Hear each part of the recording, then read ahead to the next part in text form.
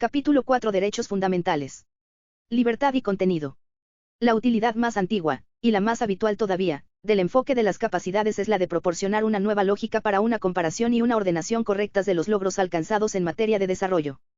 Cuando las naciones o las regiones compiten entre sí por un buen puesto en el mercado de las clasificaciones mundiales de desarrollo, tratando de mostrar que ofrecen una calidad de vida mejor que la de otros países o que la que ellas mismas ofrecían con anterioridad, el enfoque de las capacidades les suministra una nueva teoría de la manera correcta de llevar a cabo tales comparaciones. En lugar de fijarnos exclusivamente en el PNB, debemos tener en cuenta todo un grupo de capacidades humanas centrales. Cualquier capacidad puede servir, en principio, de criterio estándar de comparación. En el caso concreto de los informes sobre desarrollo humano, los campos a los que se les prestó una especial atención fueron los de la salud y la educación. El enfoque también se usa para una finalidad relacionada con la anterior, como es la de proporcionar una nueva visión del espacio de comparación cuando las que están en juego son cuestiones de igualdad. La igualdad suele ser considerada un valor político importante, cuando menos, en algunos ámbitos de la vida. Deberíamos preguntarnos entonces, ¿igualdad de qué?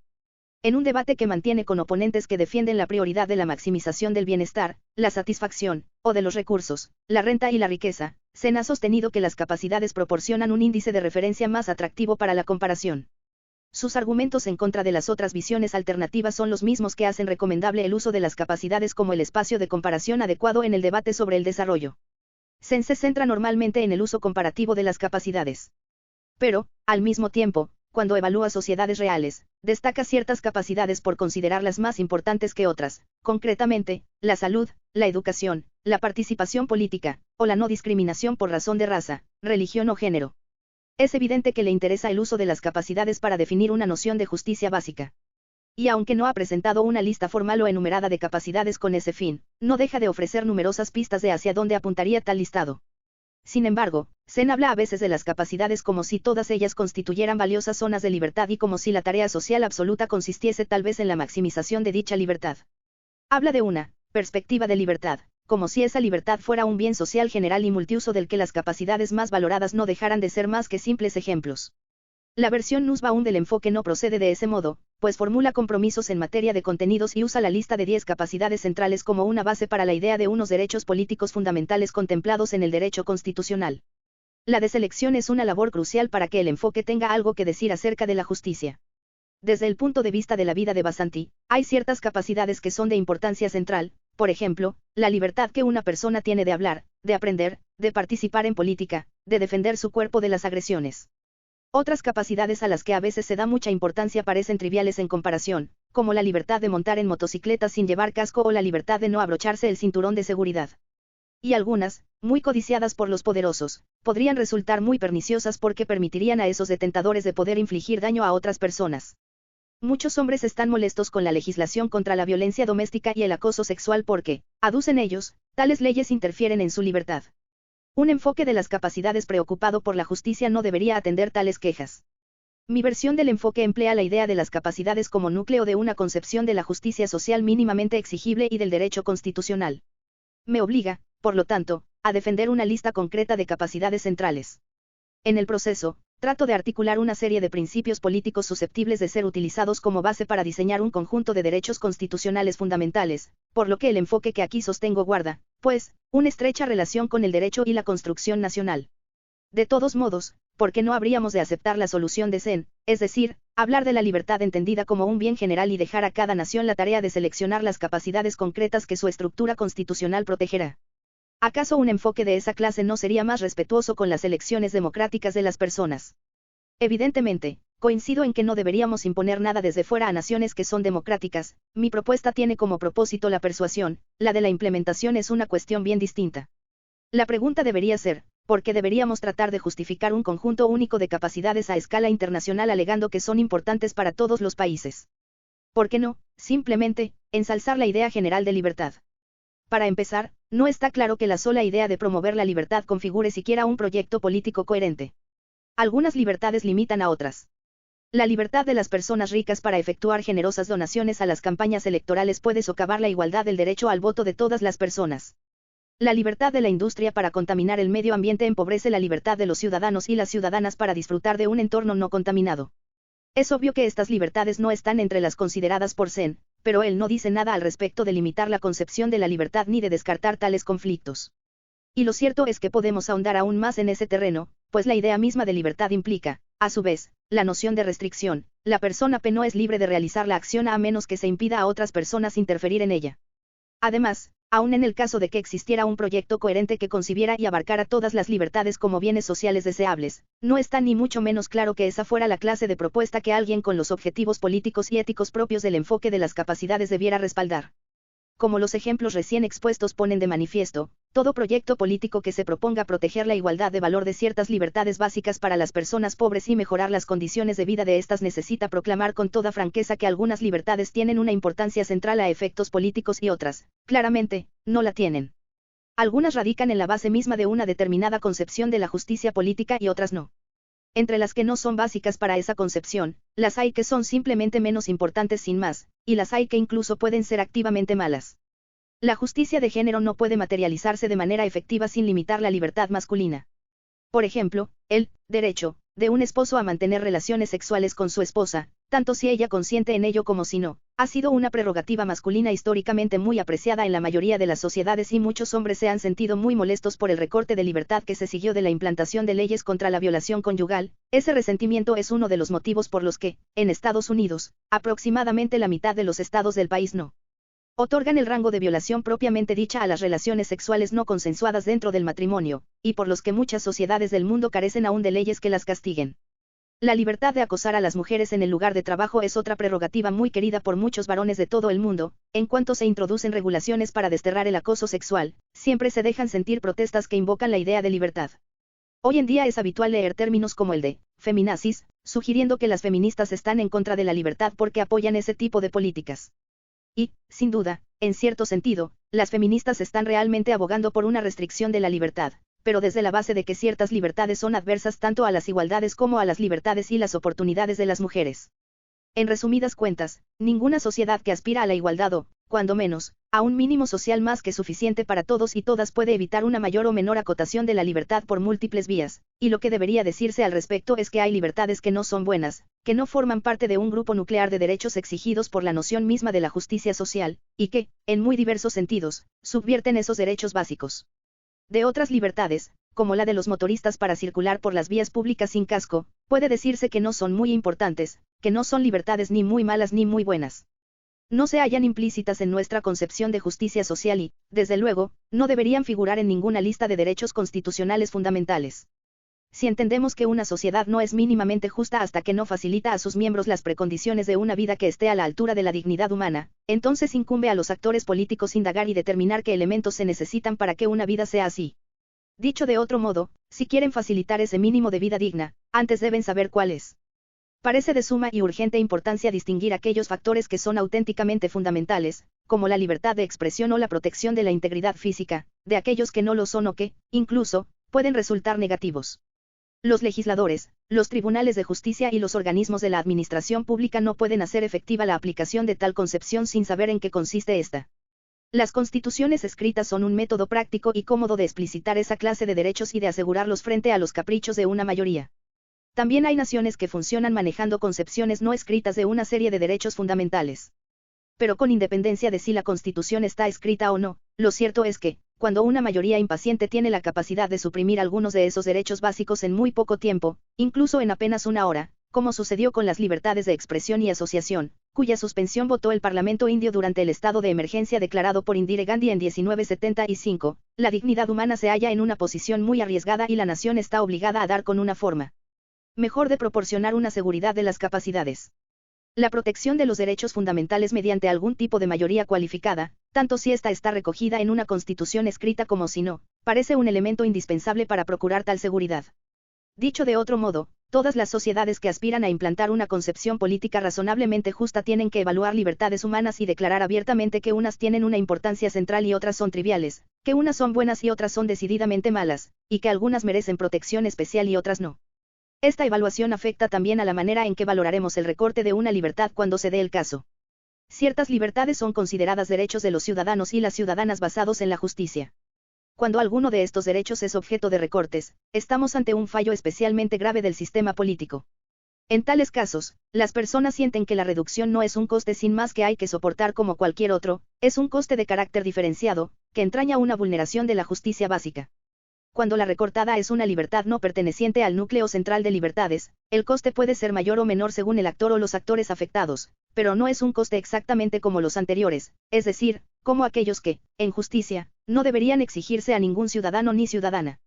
Así, una reducción de la libertad de religión constituye un coste que afecta a una cuestión de derechos básicos. La restricción de la libertad de montar en motocicleta sin llevar casco, por su parte, no implica cuestiones tan fundamentales, por mucho que bastantes personas puedan considerarla un coste. Se defiende su forma abierta, es decir, sin límites predefinidos, de trabajar con el concepto de capacidades aludiendo a la importancia de la deliberación democrática. Mi enfoque también respeta la importancia de la deliberación democrática tanto en los ámbitos de la implementación, nada ha de ser impuesto a una nación por otras, salvo en las más graves, e inhabituales, de las circunstancias, como en los de la especificación concreta, cada nación especifica cada capacidad a su modo y, siempre que esa concreción se mantenga dentro de unos límites, el enfoque afirma que esto está perfectamente justificado. Pero también reconoce que, en una democracia funcional y operativa, la deliberación tiene lugar en diferentes niveles y en muy diversos contextos. Los ciudadanos y las ciudadanas pueden deliberar acerca de los principios políticos fundamentales que quieren que su nación represente, cuando están diseñando una nueva constitución, por ejemplo, pero, una vez decididos, lo normal es que se dediquen a afianzar ciertos derechos concretos, blindándolos frente a posibles cambios que pudieran ser decididos por mayoría simple. Cuando esos documentos fundacionales son poco claros o cuando hay una legislación que aparentemente los vulnera, los tribunales suelen intervenir deliberando acerca de la interpretación adecuada de los derechos centrales. El control judicial de constitucionalidad es un tipo crucial de deliberación democrática, como es bien reconocido en casi todas las democracias contemporáneas. La ciudadanía también delibera acerca de las enmiendas constitucionales, y esa deliberación es diferente del diseño inicial, ya que presupone la existencia de una arquitectura y de unos principios subyacentes, que son los que la mencionada deliberación retoca. Y los ciudadanos y las ciudadanas deliberan también sobre la legislación, una legislación sujeta posteriormente a la intervención de los tribunales en el caso de que una ley o un código infrinja garantías constitucionales. La lista de capacidades puede ejercer un papel en cualquiera de los niveles de ese proceso. Puede ser utilizada como una fuente de principios políticos durante un periodo de diseño constitucional o, en un momento posterior, como una fuente para la interpretación de esa constitución. Puede guiar la interpretación judicial de derechos fundamentales, aunque dentro de unos límites fijados por el texto constitucional y por los precedentes. Puede activar el proceso de enmiendas, la nueva enmienda constitucional que protege en la India el derecho universal a la educación primaria y secundaria fue alentada por una serie de sentencias judiciales que reconocían la relación entre la educación y la dignidad humana. Por último, puede servir de fuente para la legislación destinada a implementar un derecho. La deliberación interviene en todas esas áreas. El único sentido en el que el enfoque recorta la deliberación es en su insistencia en que los derechos fundamentales queden garantizados frente al capricho de las preferencias temporales de las mayorías. El proceso de enmienda constitucional debería ser prolongado y difícil, pues de ese modo respetará y protegerá mejor la seguridad de las capacidades. Y, de hecho, así lo han previsto la práctica totalidad de las democracias contemporáneas. Existe otra razón diferente para que una teoría de la justicia se posicione en materia de contenidos. Es, en concreto, una razón derivada del compromiso con el liberalismo político. Si estamos convencidos de que los principios políticos de una sociedad aceptable deberían ser respetuosos con un amplio abanico de doctrinas comprensivas diferentes y deberían tratar de convertirse en el objeto de un consenso entrecruzado entre estas, entonces no querremos proponer principios que empleen la idea de capacidad como si esta fuera una teoría comprensiva del valor o de la calidad de vida. La teorización sobre la calidad de vida general debería dejarse a cada una de esas doctrinas comprensivas, usando los términos y los conceptos que les sean familiares a estas. Lo que razonablemente sí se puede pedir de los ciudadanos y las ciudadanas es la ratificación de la importancia política de una lista relativamente corta y circunscrita de derechos fundamentales, en forma de lista de capacidades, una lista que podría acoplarse así a las doctrinas comprensivas de cada uno y cada una. Desde esta perspectiva, el enfoque de Sen, que, en ocasiones, podría dar la impresión de utilizar la capacidad como si fuera un indicador comprensivo del valor de la vida, parece decir demasiado, mientras que, conforme al argumento anterior, parecía quedarse corto. Antes de analizar el enfoque de las capacidades en su calidad de teoría política normativa, debemos al menos mencionar la cuestión de la llamada teoría ideal. En su nuevo libro sobre la justicia, Sen critica en general el proyecto consistente en teorizar acerca de la justicia de tal modo que se acaben fijando objetivos exigentes en exceso y un tanto idealizados. Según él, esa teoría ideal, Irols es, en este sentido, el blanco principal de su crítica, supone un obstáculo que nos impide pensar con claridad en las opciones con las que contamos en las situaciones reales. Deberíamos priorizar enfoques que clasifiquen las alternativas comparativamente, en lugar de aquellos que solo fijan índices de referencia ideales.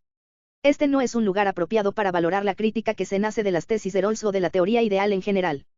En cualquier caso, resulta difícil determinar hasta qué punto son aplicables tales críticas a la versión de teoría ideal desarrollada en mi enfoque normativo de las capacidades, que propugna un umbral mínimo de capacidad como condición necesaria de la justicia social. Este enfoque no es ideal en un sentido que podríamos calificar de irreal o utópico, pero tampoco lo es, en mi opinión, el de Rawls. Toda esta es una cuestión que debemos dejar para discusiones futuras. Justificación política. El enfoque de las capacidades, tanto en su versión comparativa como en la normativa, introduce la filosofía moral en la economía del desarrollo, lo que, ya de por sí, es todo un progreso. Las cosas irán mejor que en el pasado, sostenemos Sen y yo, si quienes trabajan en el campo del desarrollo simplemente se detienen un momento a hacerse una serie de preguntas difíciles acerca de las normas éticas y los criterios de justicia. Aún en el caso de que no acaben optando finalmente por la teoría de las capacidades, habrán tenido que examinar normas éticas en lugar de asumir que éstas no importan. La versión normativa del enfoque que yo desarrollo en las mujeres y el desarrollo humano y en las fronteras de la justicia obliga a una reflexión aún más crítica, ya que pide que las personas consideren qué es lo que hace que una sociedad sea mínimamente justa. La mera formulación de esa pregunta supone de por sí un avance cuando la base de la que se partía era la, muy habitual, toma de decisiones desprovista de consideraciones de carácter ético. Pero el enfoque no se queda tan solo en eso. Desarrolla también argumentos concretos en contra de las teorías de la justicia social más comunes dentro de la filosofía moral. Esa confrontación específica de visiones es parte del proceso de justificación de una perspectiva moral diagonal política, tal como yo la entiendo. En general, la forma de justificación política que yo defiendo está basada en la versión del método justificativo en ética empleado por John Rawls, que, a su vez, está fundado sobre los procedimientos de Sócrates y Aristóteles. Al igual que en el enfoque de Rawls, mi justificación recurre al equilibrio reflexivo, como objetivo del proceso examinador. Como Rawls, yo también concibo todo ese proceso como un intento socrático de alcanzar la claridad con respecto a la estructura de los propios juicios morales en el ámbito de la justicia social. Y también como en el caso de Rawls, yo entiendo que ese proceso adopta, en política, un carácter multívoco. La justificación no se alcanza a través de individuos que actúan en solitario, sino mediante el debate entre interlocutores que deliberan al más puro estilo socrático. En ese proceso, los individuos hacen aflorar sus más firmes juicios éticos acerca de la justicia. Rawls usa como ejemplo el principio de que la esclavitud está mal, y los confrontan con una serie de perspectivas teóricas. El objetivo consiste en encontrar un encaje estable entre los juicios y los principios teóricos. Nada se da por fijado, un juicio inicialmente convincente puede acabar siendo modificado porque se contradice con los postulados emanados de una teoría que cuenta con otras muchas ventajas, y una teoría atractiva de inicio puede terminar por ser rechazada porque no preserva un número suficiente de los juicios más básicos. Tal vez nunca se llegue a un equilibrio definitivo, pues es muy posible que vayan surgiendo nuevas teorías que merezcan consideración. De todos modos, con el tiempo, es de esperar que se vaya obteniendo una concepción general más profundizada y adecuada de la justicia, aunque nunca deje de ser incompleta. Quien propugne un enfoque teórico debe empezar esbozando los argumentos que lo generan, tratando de presentar una defensa prima facie de ese enfoque que muestre que cuadra con algunas intuiciones y algunos juicios éticos muy poderosos. Yo hago eso mismo argumentando que las 10 capacidades son componentes importantes de la idea de una vida acorde con la dignidad humana. Como Rawls, concibo mis argumentos desde un carácter esencialmente socrático, apelo al interlocutor para que reflexione sobre lo que está implícito en la noción de la dignidad humana y de una vida que sea acorde con aquella. Pido al interlocutor que piense en que ciertos modos de vida que muchos seres humanos están obligados a llevar no son plenamente humanos, pues no están a la altura de la dignidad propia del ser humano.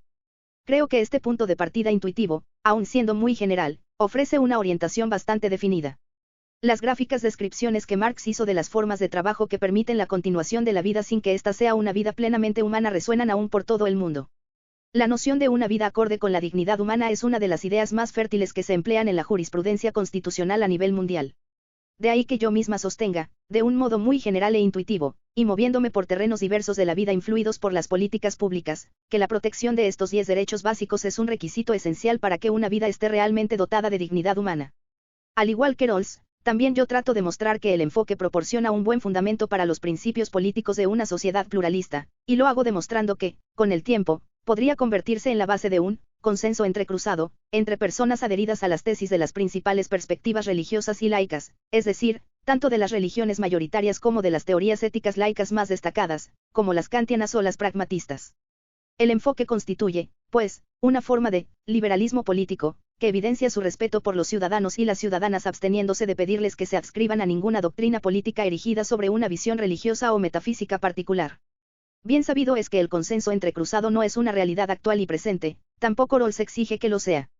Basta sencillamente con mostrar que es perfectamente posible imaginar que, con el tiempo, sí lo sea. Quizás imaginar esa transición resulte especialmente difícil en el caso de la parte de este enfoque que defiende los derechos de los animales. Pero personalmente creo que, incluso en ese punto, el consenso entrecruzado es un escenario verosímil en última instancia. Hasta aquí, no obstante, el argumento es solo preliminar, el lector puede pensar que existen unos cuantos enfoques más que ofrecen ventajas similares. A partir de este punto, pues, el enfoque de las capacidades ha de ser confrontado con los principales oponentes de esa misma tradición teórica. Se trata de demostrar que estos no salen tan bien parados de dicho contraste como él, al menos, en ciertos aspectos. Desde luego, comparado con el utilitarismo de los deseos informados y con la teoría clásica del contrato social, el enfoque de las capacidades cuenta, como mínimo, con algunas ventajas. Y, en cualquier caso, también cuadra razonablemente bien con la mejor versión de esos otros enfoques. Antes de examinar más detenidamente estas dos alternativas teóricas, conviene decir algo más a propósito de qué lugar ocupa en el enfoque el material empírico referido a los esfuerzos y las luchas reales de las personas pobres. ¿Qué uso le da, por ejemplo, a la historia de Basanti? Yo la he utilizado aquí con un sentido primordialmente ilustrativo, a fin de clarificar lo que ofrece el enfoque de las capacidades en contraste con los otros enfoques conocidos en el campo del desarrollo.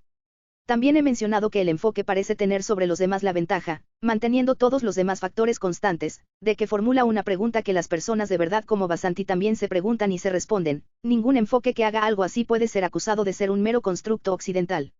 Pero, evidentemente, los argumentos que sirven de respaldo al enfoque no están basados simplemente en relatos y ejemplos, utilizan también nociones, como la idea de la dignidad humana o la de la capacidad, y argumentaciones filosóficas abstractas.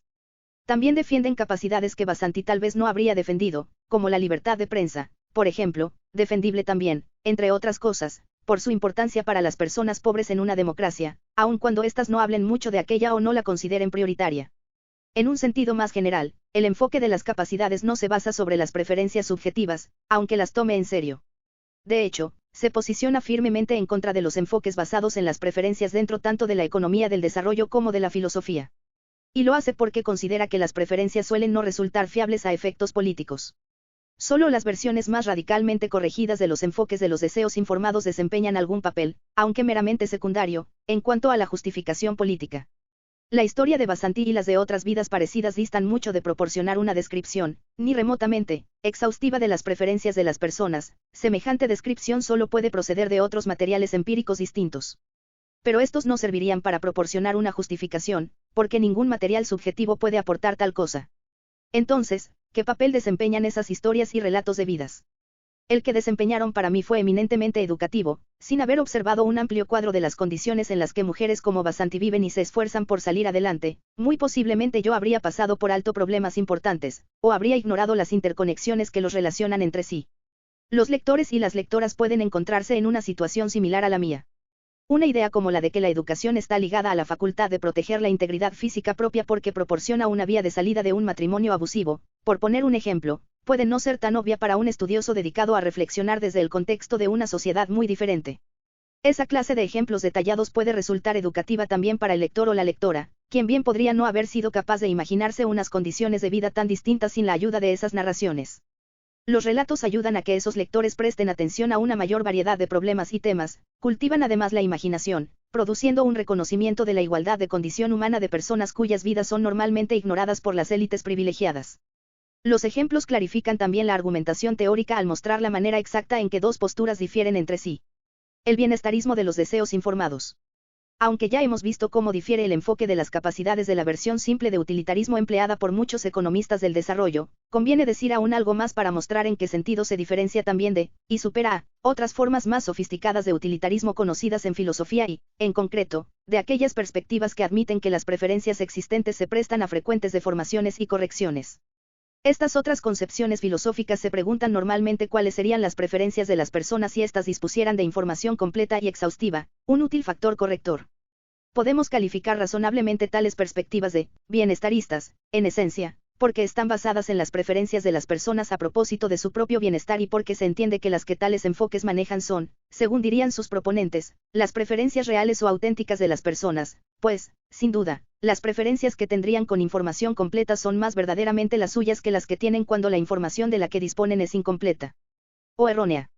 Ahora bien, estas teorías suelen introducir asimismo otra serie de correcciones, de un tipo distinto, que resultan más difíciles de cuadrar con el bienestarismo puro. A partir de un examen detenido de tres de las más sofisticadas perspectivas de esa clase, como son las del economista John Harsanyi y los filósofos Richard Brandt y Jan Hampton, en las mujeres y el desarrollo humano, yo misma sostengo que estos teóricos no pueden generar resultados que les parezcan justos sin antes introducir nociones morales que son independientes de las preferencias de las personas. Por lo tanto, sus teorías no puede decirse que sean formas puras de bienestarismo, sino más bien mixtas. Harsanyi menciona una cierta clase de preferencias que denomina sádicas o maliciosas, pues derivan placer del dolor o el sometimiento de otras personas. No duda de que estas sean preferencias genuinas que pueden estar muy arraigadas en las personas, ni el incremento ni la mejora de la información podrían erradicarlas. En ese sentido, pues, son preferencias reales de los individuos. Harsanyi, sin embargo, opta simplemente por no tenerlas en cuenta. Avisa de que procede de ese modo para combinar el recurso utilitarista a las preferencias con la concepción kantiana de una comunidad de iguales y con la idea del espectador imparcial de Adam Smith. Su perspectiva, pues, es solo en parte una forma de bienestarismo. Brandt no es tan claro y directo en cuanto a sus desviaciones con respecto al bienestarismo, pero podemos mostrar que, aunque afirma que para discernir preferencias emplea un método desprovisto de valores, en el proceso de decidir qué preferencias son auténticas, utiliza en realidad algunos valores bastante controvertidos, como son la independencia con respecto a la autoridad y la autonomía. No puede asegurar con un mínimo de verosimilitud que estas normas formen parte de la personalidad de todo ser humano, así que tampoco muestra que estas sean las preferencias que cada persona tendría en condiciones ideales. A través de esta y de otras vías, Brandt incorpora en su teoría, pues, diversas nociones morales independientes. Centrándose en las dificultades a las que los enfoques basados en las preferencias se enfrentan en el caso de la deformación de preferencias que se observa en mujeres que son víctimas de relaciones abusivas o asimétricas, Jan Hampton propone ciertas correcciones. Las preferencias que valen, según ella, son aquellas que las personas tendrían si vivieran en condiciones de igualdad, de respeto y de no intimidación. Estas correcciones parecen abordar el quid de la cuestión y, desde el punto de vista de la justicia social, generan resultados más adecuados aún que los de Harsanyi y Brandt. Pero, como reconoce la propia Hampton, no tienen su origen propiamente dicho en una teoría basada en las preferencias. La igualdad de respeto no forma parte de la personalidad de muchos seres humanos y, por desgracia, el deseo de intimidar a otros individuos puede estar muy arraigado. Introduciendo estas restricciones, por lo tanto, no estamos simplemente descubriendo qué preferirían las personas en condiciones de información perfecta. Con el objeto de generar resultados que consideren moralmente aceptables, los autores de estos enfoques se han apartado del utilitarismo y han incorporado algunos de los elementos morales clave del enfoque de las capacidades, la idea de la igualdad de dignidad humana de todas las personas, la idea de la importancia fundamental de la razón práctica como capacidad, la idea de que las personas no deberían tener la prerrogativa de suprimir los derechos fundamentales de otras. Una vez incorporamos esas restricciones independientes, ¿son estos enfoques corregidos tan satisfactorios como el de las capacidades? Creo que no. Como buenos enfoques utilitaristas que son, aun con la inclusión de ciertas restricciones independientes, no dejan de implicar la agregación de elementos heterogéneos de las vidas de las personas, ni de estar comprometidos con la búsqueda del total, o del promedio, social óptimo. Así pues, ni siquiera los enfoques más sofisticados de ese tipo escapan a los problemas detectados ya anteriormente en las versiones del utilitarismo empleadas en la economía del desarrollo. Por último, ninguno de ellos aborda adecuadamente el problema de las preferencias adaptativas. Siempre es posible discernir preferencias añadiendo información o, simplemente, desechando aquellas que contengan elementos sádicos o maliciosos. Pero, como Elster y Sen han argumentado, resulta sencillamente imposible corregir el problema de la adaptación, porque está relacionado con el hecho de que las personas se crían o se educan por completo en una sociedad. La adaptación no responde únicamente a una ausencia de información. Si las mujeres han aprendido que la educación no es para ellas, será difícil que cambien de parecer solo porque reciban nueva información sobre los beneficios y los placeres de la formación educativa. Algunas sí lo harán, pero no será el caso de aquellas que hayan interiorizado profundamente la idea de que las mujeres que son, como deben ser, no van al colegio. Por otra parte, tampoco es posible identificar las preferencias que representan la adaptación a un estado de cosas injusto o indebidamente jerárquico sin recurrir a una teoría independiente de la justicia social, algo que el enfoque utilitarista en general se resiste a darnos. Incluso las perspectivas corregidas conservan, pues, algunos problemas serios. El utilitarismo tiene múltiples defectos, pero evidencia también una gran virtud, la de tomarse en serio tanto a las personas como los deseos de estas, y mostrar respeto por lo que quieren. Algunas perspectivas éticas, en concreto, las situadas en la tradición kantiana, desestiman el deseo de manera prematura porque consideran que es una faceta animal de la personalidad donde la inteligencia no tiene cabida alguna.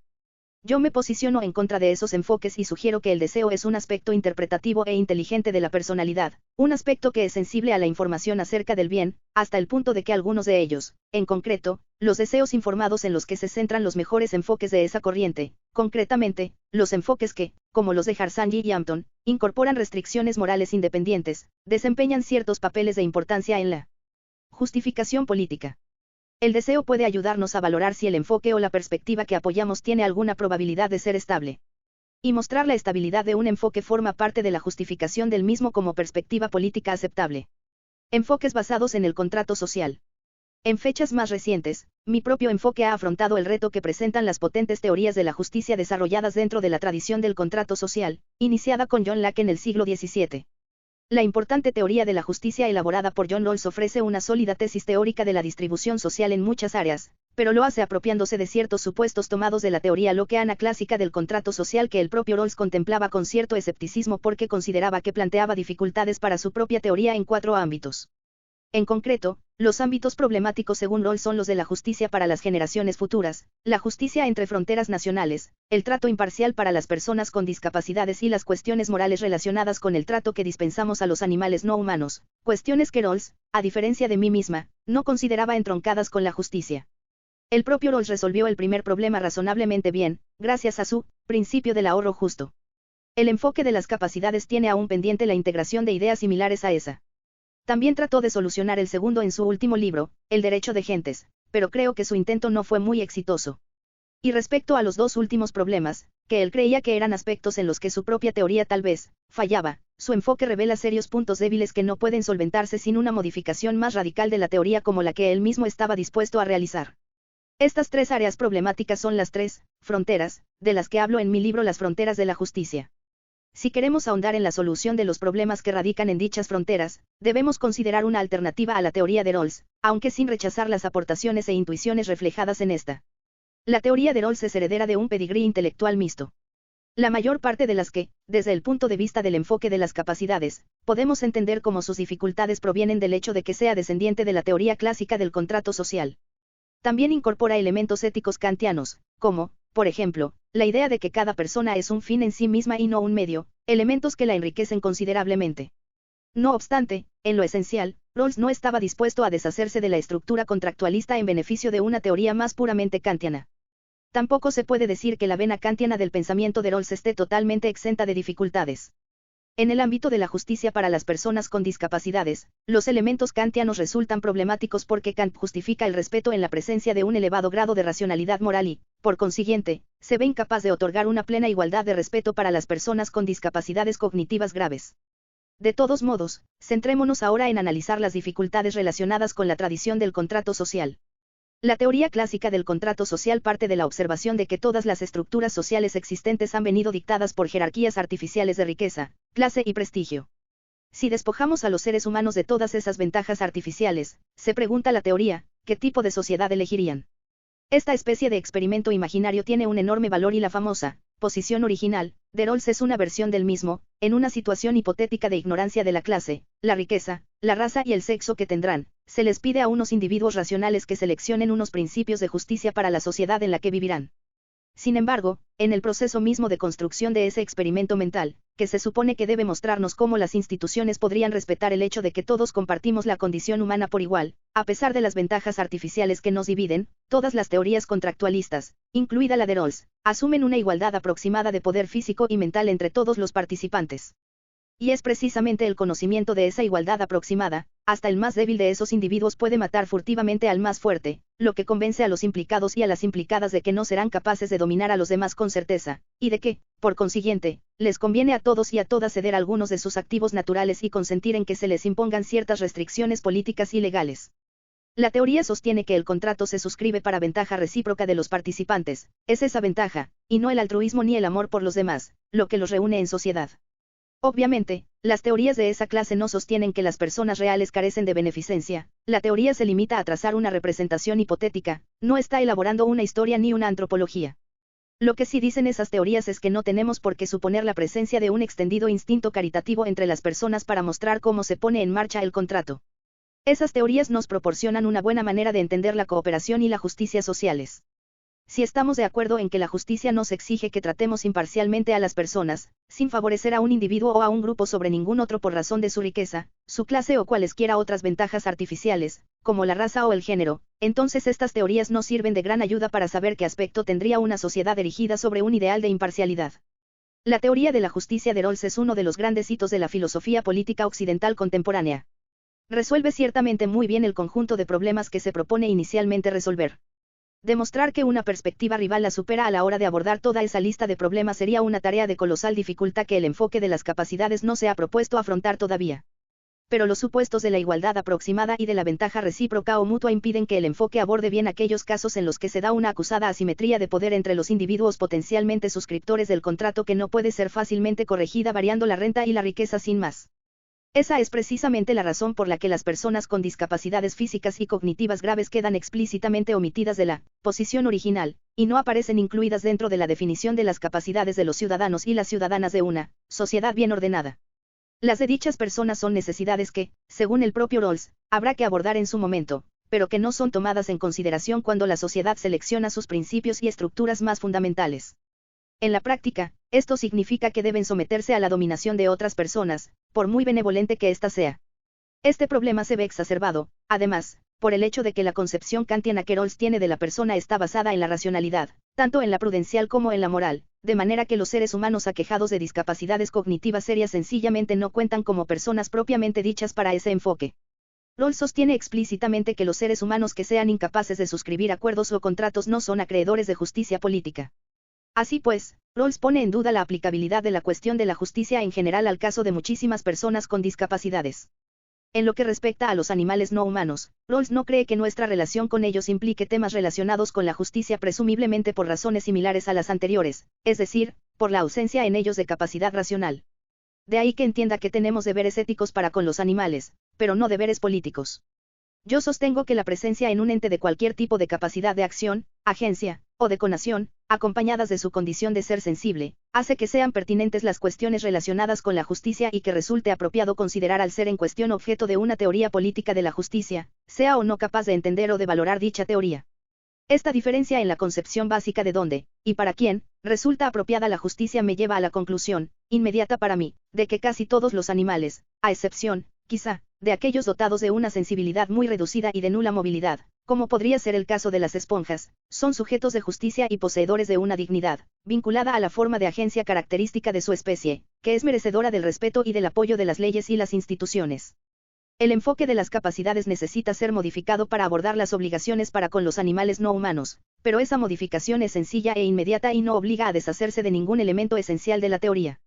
Nadie ha demostrado que el enfoque de las capacidades sea superior en todos los ámbitos a la versión del contrato social propugnada por Rawls, solo lo es en las tres áreas problemáticas antes referidas. Se necesitaría llevar a cabo un trabajo mucho más extenso para mostrar su superioridad general. Pero, por otra parte, tampoco está claro que el núcleo central del enfoque ravisiano de la justicia no pueda reformularse de un modo que preserve la mayoría de las ideas esenciales de Rawls y, al mismo tiempo, responda satisfactoriamente a mis críticas. Henry Richardson ha aportado una reformulación de ese estilo, por ejemplo, aun cuando el propio Richardson admita que su versión conlleva la introducción de cambios en la teoría de Rawls que éste jamás habría aceptado. Además, como bien se pone de manifiesto en las fronteras de la justicia, hay otros tipos de contractualismo kantiano que no asumen los supuestos que yo considero problemáticos en la teoría de Rawls, por ejemplo, el contractualismo ético de Thomas Scanlon. Este propone que evaluemos los principios preguntándonos si podrían ser razonablemente rechazados por cualquiera de las partes suscriptoras del contrato social. En ningún momento asume que tales partes tengan que ser aproximadamente iguales en capacidad física y mental, ni que persigan la obtención de una ventaja mutua. La idea de Scanlon es más ética que política y él mismo reconoce que, si fuera lo segundo, tendría que venir acompañada de una teoría de los bienes políticos. Pero, incluso en el hipotético caso de que él formulara una teoría adecuada de esta última clase, por ejemplo, en términos de capacidades centrales, una idea con la que Scanlon muestra cierta afinidad. Esta seguiría teniendo una estructura un tanto diferente de mi enfoque de las capacidades, aun cuando ambas recurrirían a las mismas ideas, ya que yo también empleo la noción de rechazo razonable, u otra muy próxima a esta, a la hora de articular mi teoría de la justificación política. Esto significa, pues, desechar la tradición del contrato social en su forma clásica, pero aceptando que perviva la idea fundamental de dicha tradición, la del acuerdo imparcial. Sin embargo, del mismo modo que parece bueno buscar una convergencia entre las mejores teorías de los deseos informados y el enfoque de las capacidades, también podemos decir con respecto a un enfoque contractualista como este que el hecho de que produzca resultados similares a los nuestros nos aporta renovada confianza en que estamos siguiendo el camino correcto. El liberalismo político y el consenso entrecruzado. Si el enfoque de las capacidades discrepa de Rawls en algunos ámbitos, no es menos cierto que también respalda y desarrolla otro prominente aspecto del enfoque de la justicia política desarrollado por este autor, la idea del liberalismo político. Dado que todas las sociedades contienen una pluralidad de perspectivas religiosas y laicas sobre el significado y la finalidad de la vida humana, no parece aconsejable desde el punto de vista estratégico adoptar una visión política que opte por una de esas perspectivas en contra de todas las demás. El régimen político resultante de tal opción será probablemente inestable, al menos, si rigen unas mínimas condiciones de libertad. Pero esa no es la única, ni siquiera la principal, objeción a tal clase de doctrina política. El problema moral más profundo estriba en que toda doctrina de ese tipo no es suficientemente respetuosa con los ciudadanos y las ciudadanas que mantienen un punto de vista diferente. Esas perspectivas de afán excluyente alcanzan su peor versión cuando reprimen el disenso, por ejemplo, o cuando imponen una determinada ortodoxia como condición para que una persona pueda ejercer un cargo. Pero incluso los estados confesionales, o anticonfesionales, de variantes más benignas ponen en peligro la igualdad al crear un grupo de allegados al poder diferenciado de otros grupos de excluidos de ese poder. Dan a entender a sus ciudadanos y ciudadanas que no todos ellos entran en la arena pública en iguales condiciones. La igualdad de respeto por las personas parece exigir del Estado la abstención de posicionarse, siempre que sea posible, en temas religiosos y metafísicos que dividan a la ciudadanía conforme a las líneas que delimitan sus doctrinas comprensivas respectivas, entiéndanse como tales aquellas visiones generales que las personas tienen del valor y del sentido en la vida, ya sean de carácter religioso o secular. Es evidente que toda perspectiva política debe adoptar una posición moral y debe basar sus principios políticos en unos valores definidos, como la imparcialidad y la igualdad de respeto por la dignidad humana de todas las personas, por ejemplo. Ahora bien, estos valores forman, o pueden formar, parte de una o más de las múltiples doctrinas comprensivas a las que los ciudadanos y las ciudadanas están adheridos razonablemente, pero sí se formulan de un modo calculadamente, tenue, sin fundamentarse en nociones metafísicas controvertidas, como sería, por poner un caso, la idea del alma inmortal, en nociones epistemológicas, como la idea de la verdad evidente por sí misma, o en doctrinas éticas más densas, como el kantismo o el aristotelismo, tendrán potencial para merecer la aprobación de una amplia variedad de ciudadanos y ciudadanas adscritos a posiciones religiosas y laicas diferentes. Lo que se les pide a estas personas desde un enfoque como el de las capacidades es que den su respaldo a las ideas básicas del mismo para fines exclusivamente políticos, y no como una guía comprensiva de vida, y que las consideren operativas dentro de un dominio característico diferenciado, el de lo político. Que las personas den su respaldo, no significa simplemente que admitan a regañadientes que tenemos que vivir conforme a esos principios. Respaldo significa aquí que la persona suscriba realmente esas ideas como una parte intrínseca de su concepción general de cómo vivir. Rawls emplea la imagen de un módulo, que puede acoplarse al resto de la doctrina comprensiva de la persona. Ni Rawls ni yo sostenemos que ese consenso entrecruzado, en torno a unos principios políticos básicos, los principios de la justicia en su caso, el enfoque de las capacidades en el mío, tenga que estar ya presente en la sociedad. Solo ponemos como condición que exista un camino posible y probable hacia ese respaldo, de tal modo que, con el tiempo, no sea irrazonable suponer que la sociedad podría llegar a tal consenso. El consenso entrecruzado tampoco exige la exclusión de personas que piensen de forma diferente.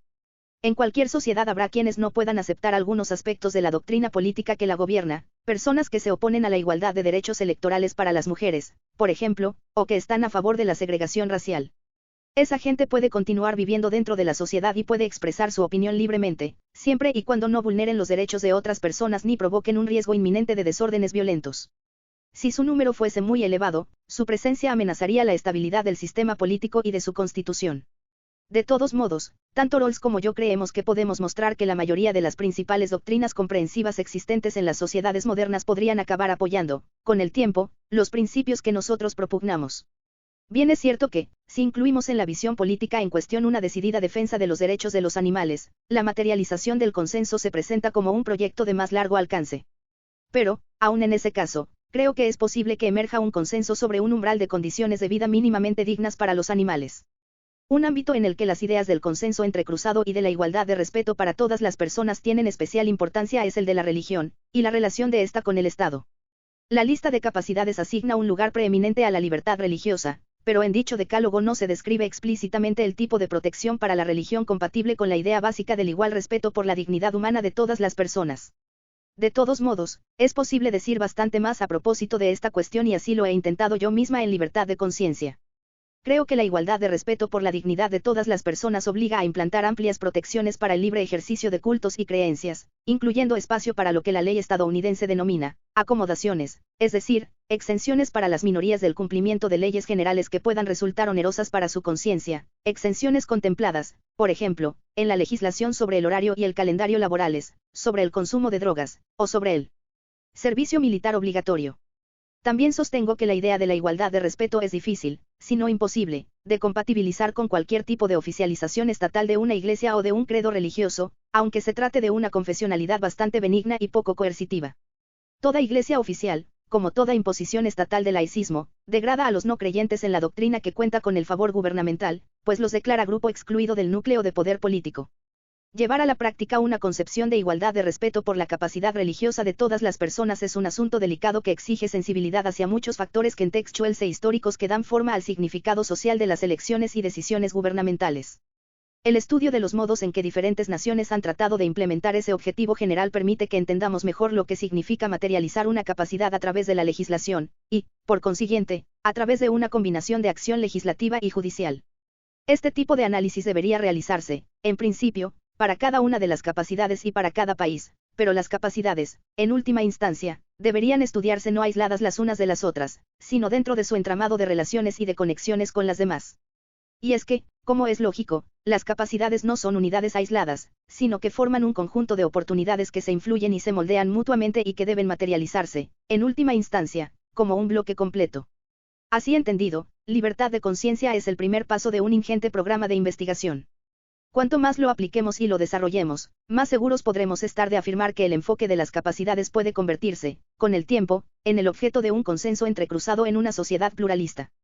El enfoque de las capacidades, tal como aparece desarrollado en las mujeres y el desarrollo humano y en las fronteras de la justicia, constituye una forma de liberalismo político y, como tal, no se puede considerar una doctrina comprensiva de ninguna clase. Yerra pues, y hace una lectura gravemente errónea de mis tesis políticas, quien lo cataloga como una forma de cosmopolitismo.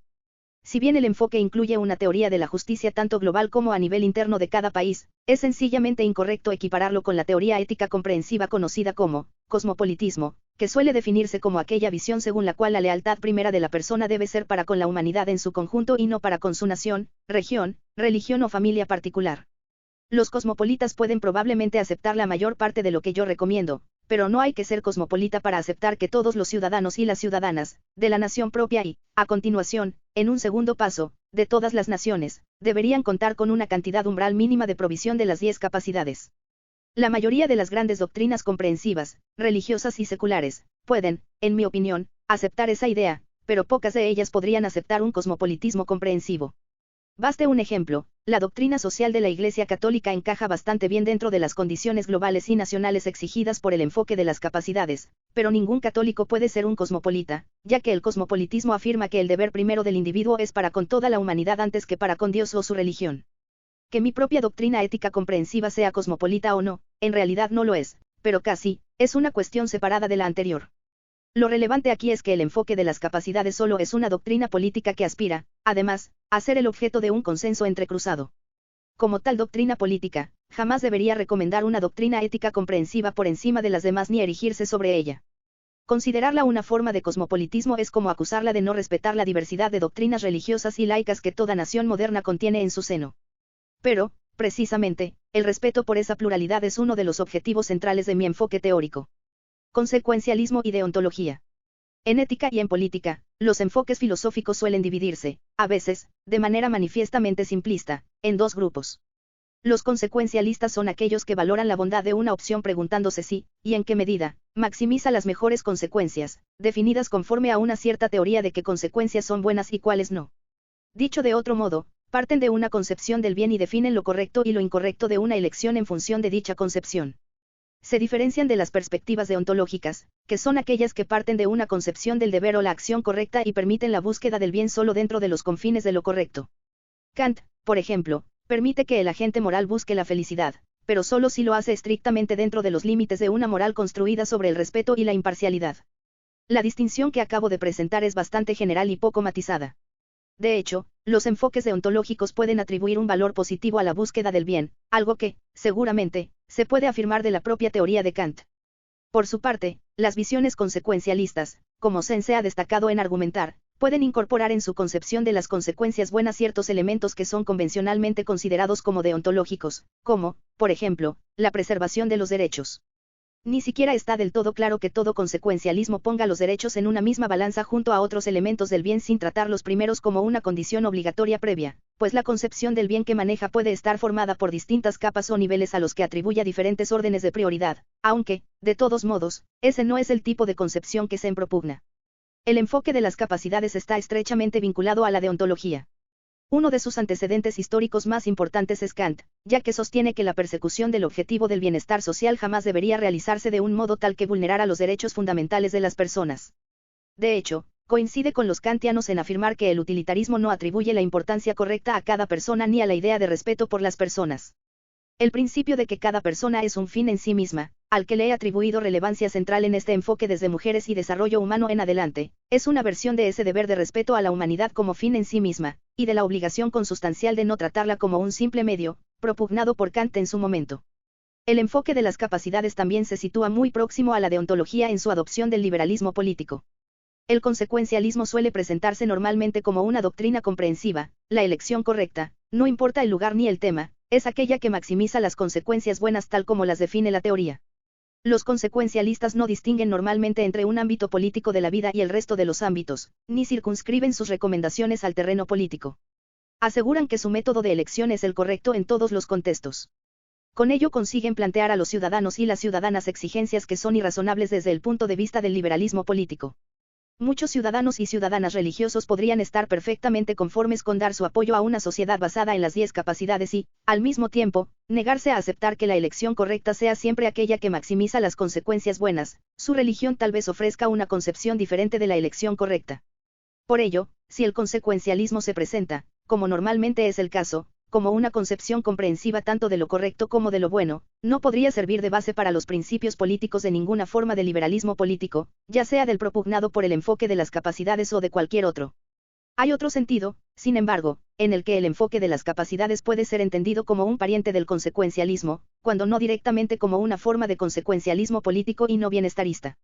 Y es que el enfoque proclama que la manera correcta de juzgar si una situación política dada es adecuada desde el punto de vista de la justicia consiste en observar resultados, se satisfacen y se aseguran los derechos fundamentales de los ciudadanos y las ciudadanas.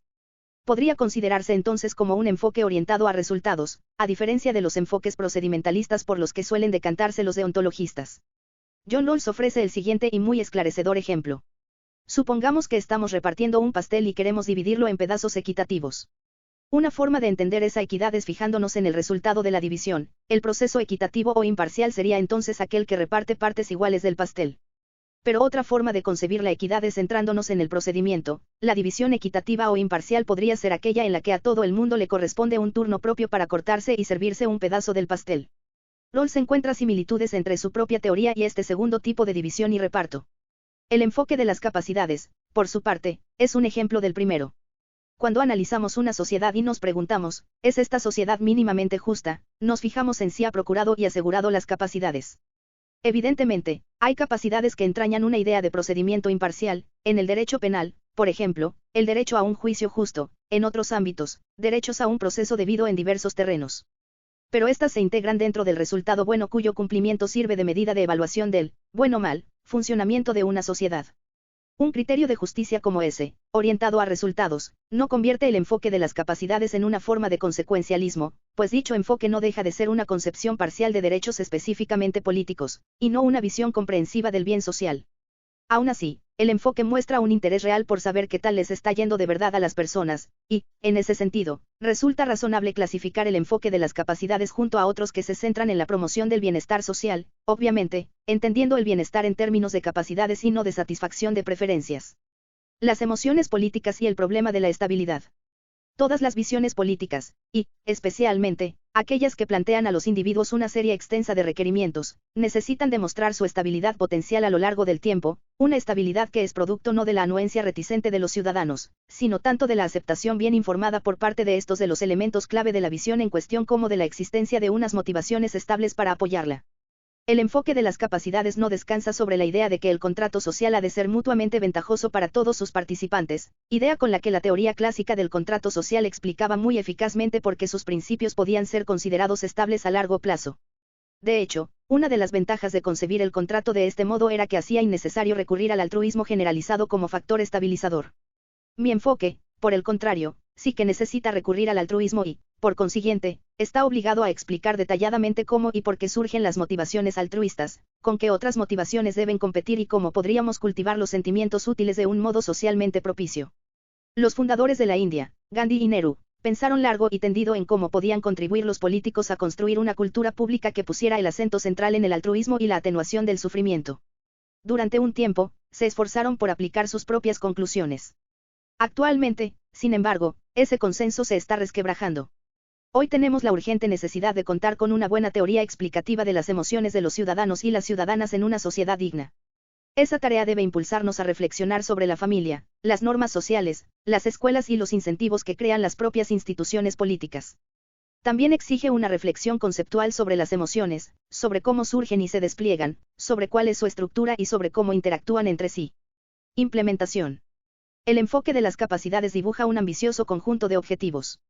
Pero ¿qué nos dice a propósito de cómo alcanzarlos? Desde luego, hace especial hincapié en el hecho de que todas las capacidades de la lista son importantes y que no se logrará la justicia plena supeditando alguna de ellas a las demás. Como veremos en el capítulo final, también formula algunas recomendaciones referidas al diseño constitucional y a la estructura institucional, aunque este último es un ámbito en el que todavía queda mucho trabajo por hacer.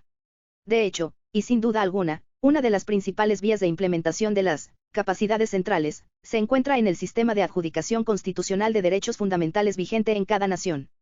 Por último, el enfoque recuerda a los decisores políticos que el objetivo siempre consiste en facilitar a las personas alternativas u opciones en aquellos ámbitos que la lista destaca como centrales, y no en presionarlas para que se atengan a un modo concreto de funcionamiento. Este énfasis en la libertad de elección influye indudablemente en las estrategias de implementación que todo decise político debería manejar. Hasta cierto punto, cualquier otra recomendación en lo que a la implementación se refiere debería ser específica según el contexto. Cualquier receta dirigida a conseguir que las personas superen los umbrales marcados por las capacidades centrales, resultará probablemente inútil a menos que esté construida sobre el conocimiento detallado del contexto cultural, político e histórico de las elecciones de esos individuos. Ese es el motivo por el que Mujeres y Desarrollo Humano es un libro que versa sobre regiones concretas de la India y no sobre lo que las mujeres necesitan en el mundo en general. Aún así, esos estudios específicos sugieren, de hecho, algunas conclusiones a propósito de otras cuestiones de alcance más general. Pero si volvemos sobre la historia de Vasanti, veremos que la orientación que el enfoque ofrece va más allá. Las capacidades no están concebidas como átomos aislados, sino como un conjunto de oportunidades que interactúan entre sí y se conforman las unas a las otras. Así que, como bien ponen de relieve Wolf y de Salit, tiene mucho sentido que identifiquemos funcionamientos, o, mejor dicho, capacidades, fértiles, oportunidades que generan a su vez otras oportunidades.